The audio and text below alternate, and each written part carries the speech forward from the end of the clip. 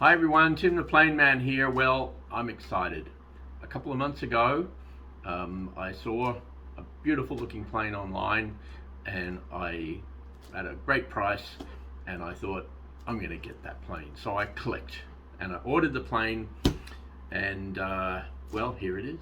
And so let's take a look. This should be the E-Flite AeroScout S2, 1.1 meter wingspan,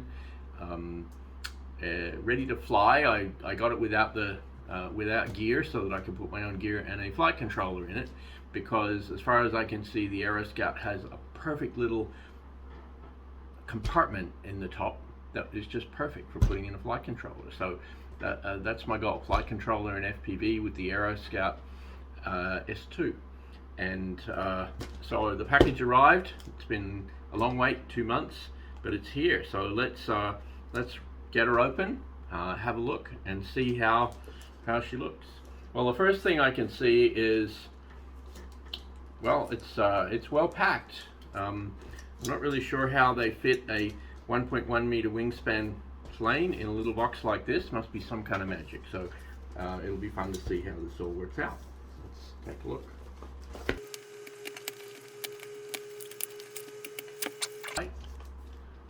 It says Cessna 182, but I mean, I did double check. Here it is. I'll put it up on the screen for you. This is the order. I ordered an AeroScout S2, and for some reason this says Cessna 182. Maybe they got it wrong. Definitely a Cessna.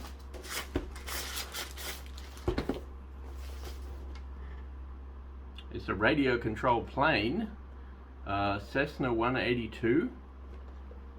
And what else have we got on the plane here? New design specifications. Okay, wingspan 385 millimeters. Oh, that's not right. And yeah, check it again. Here it is. I mean, look there. This should be a 1.2 millimeter wingspan plane. Well, something's not right. I guess that explains why the box is so small. It's definitely not what I ordered. It's a bit disappointing. I mean, it is a plane. It's a very pretty little plane with, oh, and it's a dual motor. A dual motor plane with a couple of,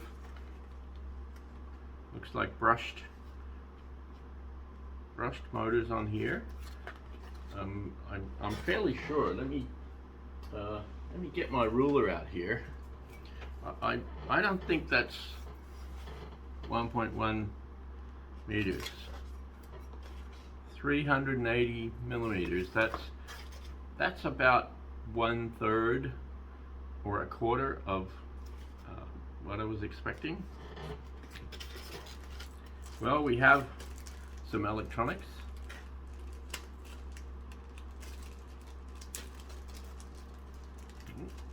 It's not quite cooperating.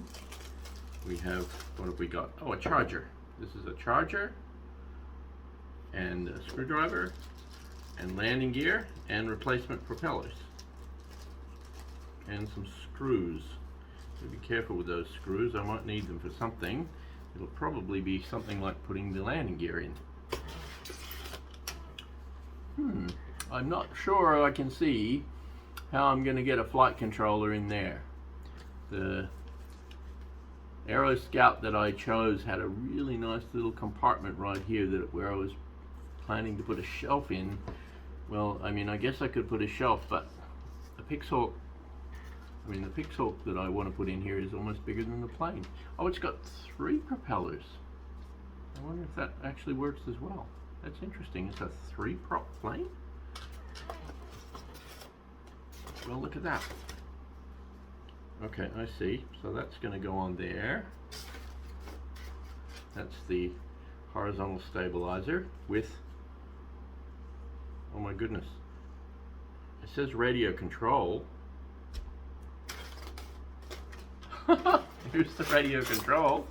Okay, I guess technically it does have a radio control, but what is it controlling?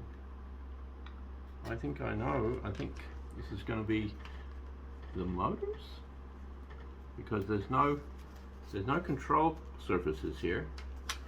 This is the assembly. I guess we're doing an unboxing and assembly. Woohoo! Okay.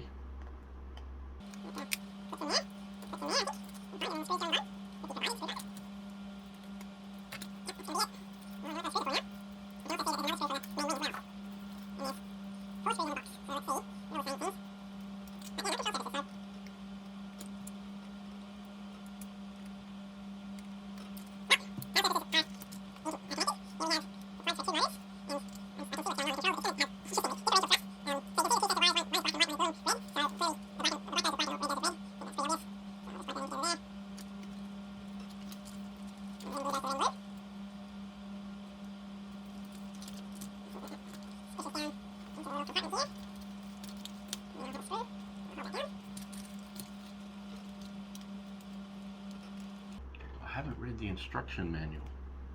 Do you think I'm getting something wrong? Alright, so what do we have in here? Here's our, there's our little iPhone battery, and that plugs into battery plug. Let's just see if we need a battery for this. And we're going to have to put a couple of double A's in there. So what have we got? We've got, the last thing that needs to happen is landing gear. Not really sure what landing gear is. Landing gear just pops in there.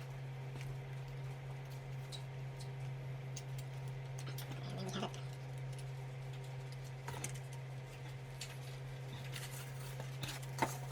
So let's pop in a couple of AA batteries and see what happens.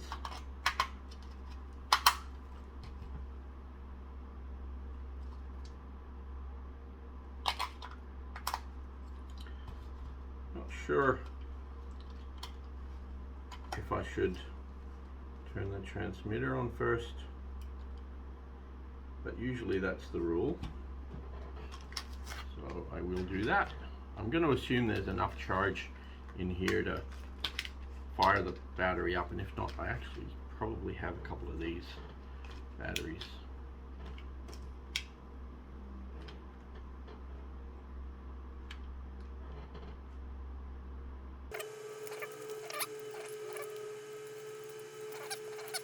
That slides in there like that. So let's turn it on. Get my fingers out of the way of the propellers. I wouldn't want to hurt myself. Oh, I've got a blinking light. I have a blinking light here. So I think it's time to turn on the...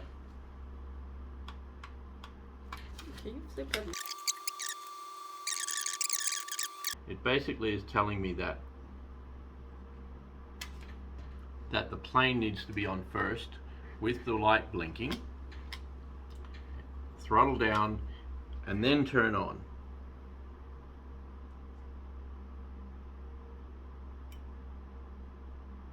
Oh, and it's connected.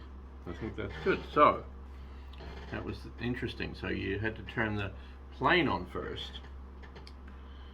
Okay, so now the indicator on the aircraft and the remote controller normally on at the same time, indicating that the frequency pairing is successful and the aircraft can be operated remotely.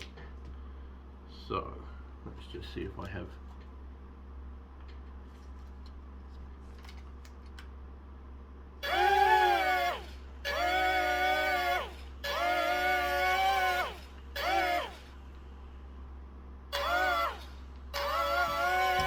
Well, very interestingly,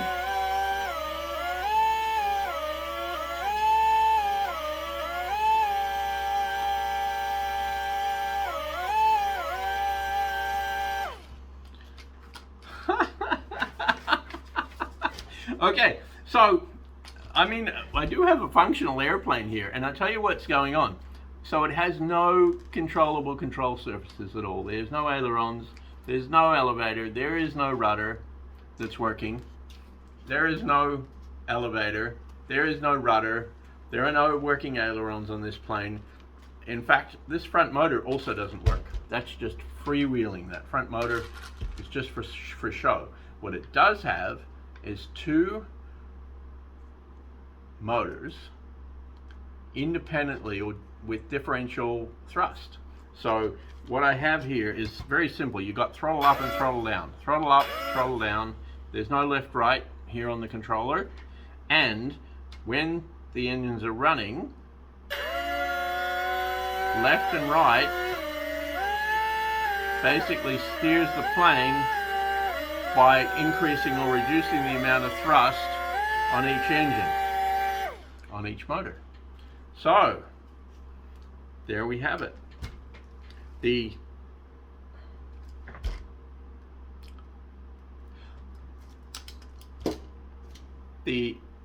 E-Flite AeroScout S2 1.1 meter RTF radio controlled aeroplane, aka 380 millimeters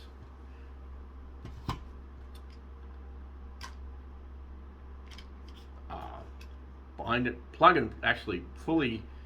This is a what you would call a plug and play, isn't it? It's everything here, ready to fly, completely ready to fly. Not it's an RTF, not almost ready to fly, ready to fly, because there's a remote control, there's a plane, it has motors, everything's here, and it does work, but you know what? There's an old saying: if something is too good to be true, it probably is. Well, I'm not saying this is a scam, but well, if something seems too good to be true, it probably is. Tim the Plane Man, over and out.